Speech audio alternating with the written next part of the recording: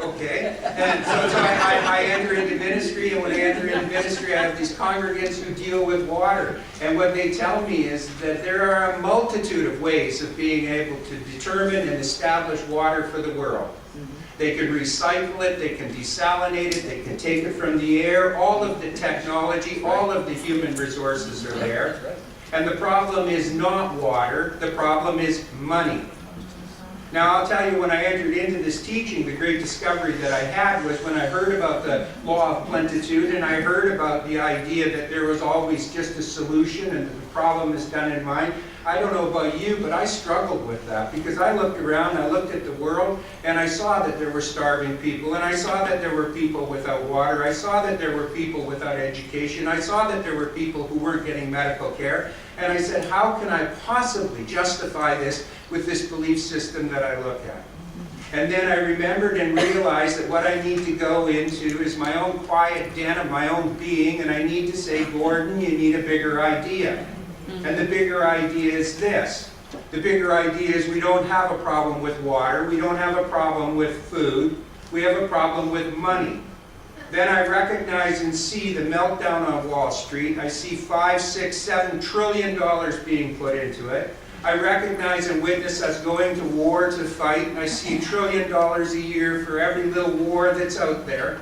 And I begin to realize that we don't have a problem with food, we don't have a problem with water, we don't have a problem with money. Right. We have a problem with an idea that somehow or other we get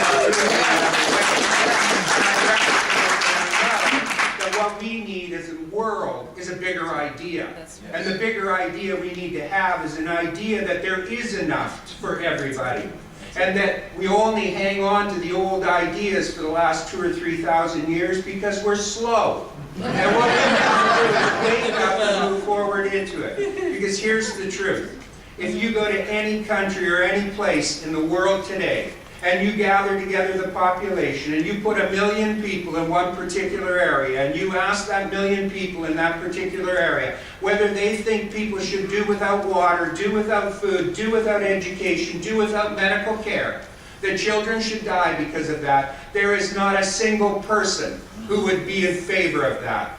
The reality is that in the so-called democratic societies that we live in, is that we have a small idea, and we don't expand that idea, and we hang on to the old one because it's comfortable. And this is not a philosophy of comfort.